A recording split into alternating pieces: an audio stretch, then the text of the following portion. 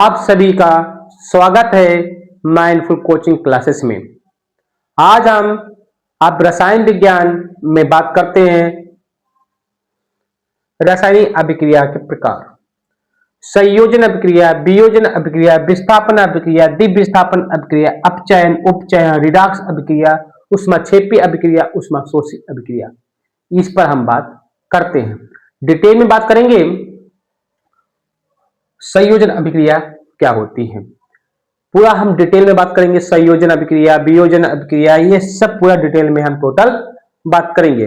पहले चैप्टर में हमने क्या बताया था, रासायनिक अभिक्रियाएं क्या होती है, रासायनिक समीकरण क्या होती हैं और रासायनिक समीकरण संतुलित करना क्यों जरूरी है, इनके नियम, रासायनिक समीकरण संतुलित करने के नियम, इस पर हम बात कर चुके हैं।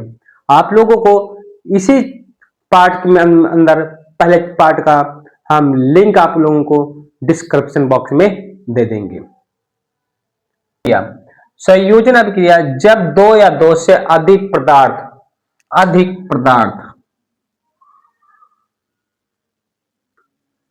पदार्थ मिलकर एकल पदार्थ का निर्माण करते हैं, उसे क्या कहते हैं, संयोजन अभिक्रिया। संयोजन अभिक्रिया का अन्य नाम योगात्मक अभिक्रिया होता है। अन्य नाम क्या होता है इनका, अन्य नाम योगात्मक अभिक्रिया। योगात्मक अभिक्रिया जैसे मतलब दो, हम मैथ की बात करते हैं, मैथ में से हम मैथ वाले हम लोग स्टूडेंट होते हैं, तो इसमें क्या है, a प्लस बी इक्वल, हमने क्या करते हैं, a b करते हैं। a प्लस बी क्या होता है, ए बी। अब हमने पहले ये क्या बताया था, जो एरो के पहले हो या फिर राइट हैंड साइड में हो, अभिकारक,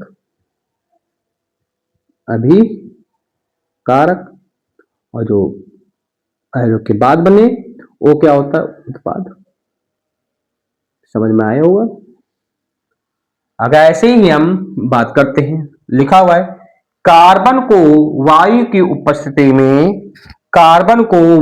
उपस्थिति में गर्म किया जाता है तो कार्बन डाइऑक्साइड बनता है। कार्बन को हम C से रिप्रेजेंट करते हैं, वायु को ऑक्सीजन O2, इतना समझ में आया। O2 ये क्या है, ये गैस है।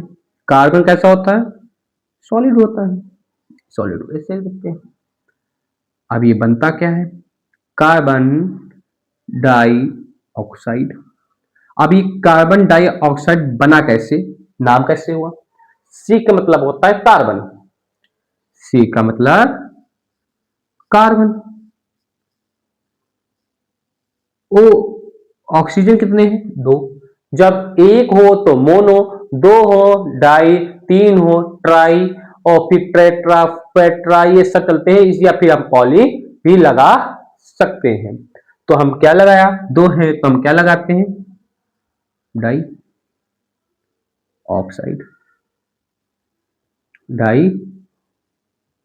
ऑक्साइड, इतना समझ में आया होगा। और ऐसे बात करते हैं, अमोनिया हाइड्रोजन क्लोराइड दोनों का सहयोग करके अमोनियम क्लोराइड बनाते हैं। अमोनिया क्या होता है, NH3, ammonia NH3।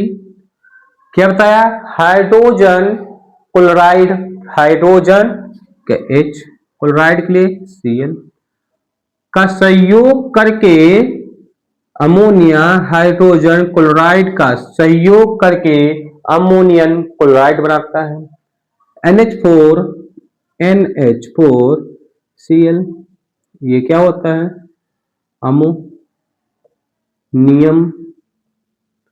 Ammonium chloride. ऐसे ही हम कह सकते हैं, मैग्नीशियम को वायु की उपस्थिति में गर्म किया जाता है तो मैग्नीशियम ऑक्साइड बनता है।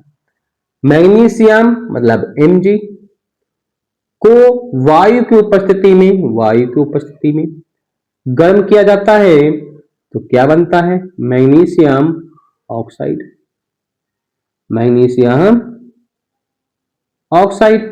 तो ये O2 यहाँ 2 था, यहाँ पे क्या है? सिंगल, तो इसलिए यहाँ पे 2 लगाया, तो Mg हो गया, इसलिए यहाँ भी 2 लगा दिए। ये क्या होगी? बैलेंस भी हो गई। अब इतना आप लोगों को संयोजन अभिक्रिया समझ में आप लोगों को आई होगी।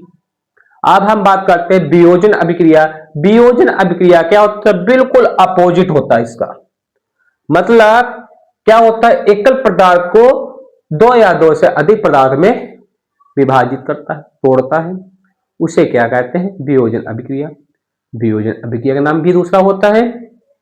हम बात करते हैं इसका वियोजन अभिक्रिया, पहले लिख लेंगे, उसके बाद समझाएंगे। आप लोग इसका स्क्रीनशॉट ले लीजिए।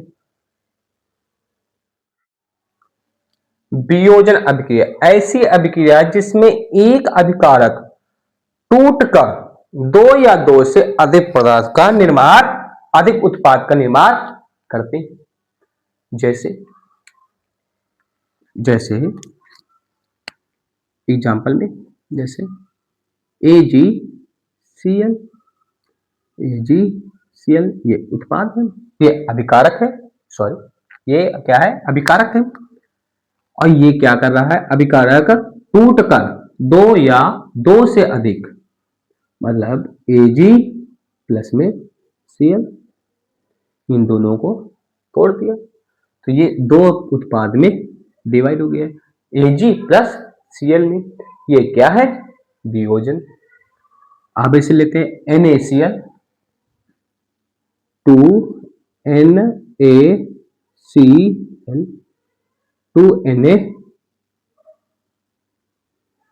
2NaCl, तो क्या हुआ? Na कितने हैं? 2, Cl कितने हैं? Cl 2, ये दो भागों में भी टूट गया। इसी कहते हैं वियोजन अभिक्रिया, या फिर इसी का नाम होता अपघटन अभिक्रिया। मतलब ऐसी अभिक्रिया जिसमें एक अभिकारक टूटकर दो या दो से अधिक उत्पाद का निर्माण करते हैं, उसे कहते हैं वियोजन अभिक्रिया। इसी का नाम क्या होता है? अपघटन अभिक्रिया। इसको तीन प्रकार से करते हैं, एक उष्मीय वियोजन, एक विद्युत वियोजन अभिक्रिया, विद्युत वियोजन अभिक्रिया, एक प्रकाश वियोजन अभिक्रिया के नाम से भी इसको वियोजन अभिक्रिया के प्रकार होते हैं तीन, उष्मीय, विद्युत, प्रकाश वियोजन अभिक्रियाएं होती हैं। इतना समझ में आया? बात करते हैं इस पर, इसके आगे की ऊष्माक्षेपी अभिक्रिया। ऊष्माक्षेपी अभिक्रिया, ऊष्माक्षेपी अभिक्रिया, इसको आप लोग स्क्रीनशॉट ले लीजिए। ऊष्माक्षेपी अभिक्रिया, ऊष्माक्षेपी अभिक्रिया वह अभिक्रिया होती है, अभिक्रिया जिसमें उत्पाद बनने के साथ साथ में ऊष्मा निकलती है, वो क्या होता है? ऊष्माक्षेपी अभिक्रिया। जैसे एग्जाम्पल तौर पे आग गर्मी देती है, वो क्या है? जैसे आग, लाइटिंग है, रोशनी देती है, वो क्या है? लाइटिंग, ऊष्मा दे रही है, प्रकाश दे रहा है। जैसे कार्बन के साथ में ऑक्सीजन को वायु में गर्म करने पर, वायु के साथ में गर्म करने पर क्या निकलती है? कार्बन डाइऑक्साइड निकलती है, और प्लस क्या निकलती है? ऊष्मा निकलती है। अब ऊष्मा शोषी अभिक्रिया क्या है? वह रासायनिक अभिक्रिया उत्पाद बनने के लिए ऊष्मा की आवश्यकता होती है, वह क्या होती है? ऊष्मा शोषी अभिक्रिया होती है, जो गर्मी लेती है, जैसे बर्फ का पिघलना, खाना बनाना इत्यादि। उसी तरह हम क्या लेते हैं? नाइट्रोजन ऑक्सीजन को, नाइट्रोजन ऑक्सीजन के मिश्रण को उस ताप पर गर्म करके नाइट्रिक ऑक्साइड बनाते हैं, उसमें क्या होती है? ऊष्मा की आवश्यकता होती है। अब ऊष्मा की आवश्यकता होती है, मतलब यहाँ ऊष्मा की आवश्यकता हो रही है। समझ में आया? मतलब हम अगर इसको और भी थोड़ा डिटेल में लिखना हो तो हम कैसे लिखेंगे? वह रासायनिक अभिक्रिया जिसमें उत्पाद बनने के साथ साथ ऊष्मा निकलती है, और ऊष्मा को हम दाईं ओर, मतलब दाईं और प्लस के चिन्ह के साथ में लिखते हैं। यही उष्माशोषी अभिक्रिया क्या लिखना, वह रासायनिक अभिक्रिया जिसमें उत्पाद बनने के लिए उष्मा की आवश्यकता होती है और इसमें हम बाईं और उष्मा को प्लस के साथ में लिखते हैं। एग्जाम्पल तौर पे खाना का बनना, उसमें क्या होती है, उष्मा की आवश्यकता होती है, गर्मी लेती है। और बर्फ का पिघलना फिर क्या होती है, गर्मी। तो यह क्या होता है, इतना समझ में आया होगा।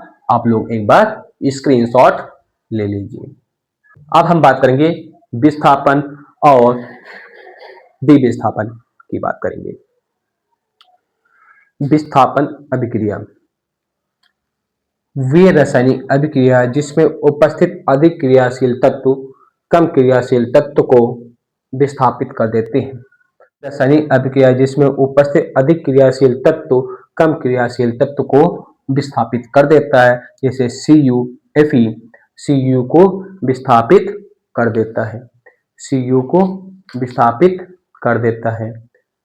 आयरन जो है कॉपर से अधिक क्रियाशील, आयरन जो है कॉपर से अधिक क्रियाशील होने के कारण कॉपर सल्फेट से कॉपर को विस्थापित कर देता है। मतलब ये कॉपर को विस्थापित कर देता है।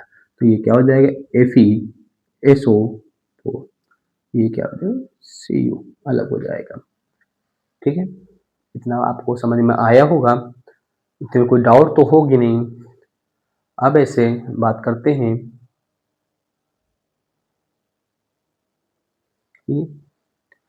द्विविस्थापन अभिक्रिया वे रासायनिक अभिक्रिया जिसमें तत्वों के परमाणुओं का आदान प्रदान कर लेते हैं, मतलब आयनों का आदान प्रदान कर लेते हैं, वो क्या होते हैं, द्विविस्थापन अभिक्रिया। जो आयन अदला बदली कर लेते हैं, मतलब क्या हो जाएगा, AgNO3, ये क्या हुआ, Cl, मतलब NaCl। ये आयन जो होते हैं वो आपस में अदला बदली कर लेते हैं। इतना समझ में आया होगा, इतने में कोई डाउट नहीं होगा, इतने में आप लोगों को कोई डाउट नहीं होगा, समझ में आया। अब हम बात करेंगे जो बाकी है, अपचयन, उपचयन, रिडॉक्स अभिक्रिया, ये नेक्स्ट पार्ट में लेके आएंगे। उसके साथ में काफी क्वेश्चन भी लेके आएंगे, आप लोगों को करवाएंगे, यूपी बोर्ड में पूछे गए हैं और जो न्यू पैटर्न आया है उस पर भी आधारित क्वेश्चन सॉल्व करवाएंगे। जय हिंद, थैंक यू।